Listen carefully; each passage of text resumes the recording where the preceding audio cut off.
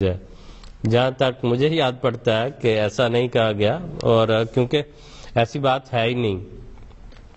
فطرانہ وہ ہے جس کو حضور صلی اللہ علیہ وسلم نے جو ہے جس کا بیان فرمایا کہ ہر مسلمان پر ضروری ہے، وہ خواہ کمانے والا ہو خواہ نہ کمانے والا ہو، صدقۃ الفطر جس کو کہا جاتا ہے احادیث میں،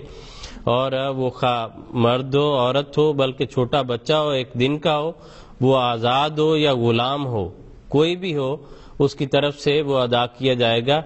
اور عید فنڈ کا، بلکہ آپ کے یہ کہنے کے بجائے میں یہ عرض کروں گا کہ الگ سے یہ سوال پوچھ کر مفتی سلسلہ سے ہم نے یہ وضاحت کروائی تھی کہ عید فنڈ جو ہے اس کی کیا حقیقت ہے اور یہ کب سے شروع ہوا ہے، اور انہوں نے جو ہے تفصیلاً وہ جواب دیا تھا کہ مسیح علیہ السلام نے یہ فرمایا تھا کہ جیسے آپ عید کے روز اپنے بچوں کو عیدی دیتے ہیں، اسی طرح اسلام کی خاطر جو ہے وہ اسلام کو بھی عیدی دیں، کیونکہ اسلام کی اس وقت اسلام کی کمزوری کی حالت ہے اور اس کو ضرورت ہے۔ تو اس غرض کے لیے اور مسیح علیہ السلام کے اس ارشاد کے تحت جو ہے وہ شروع کیا گیا ہے۔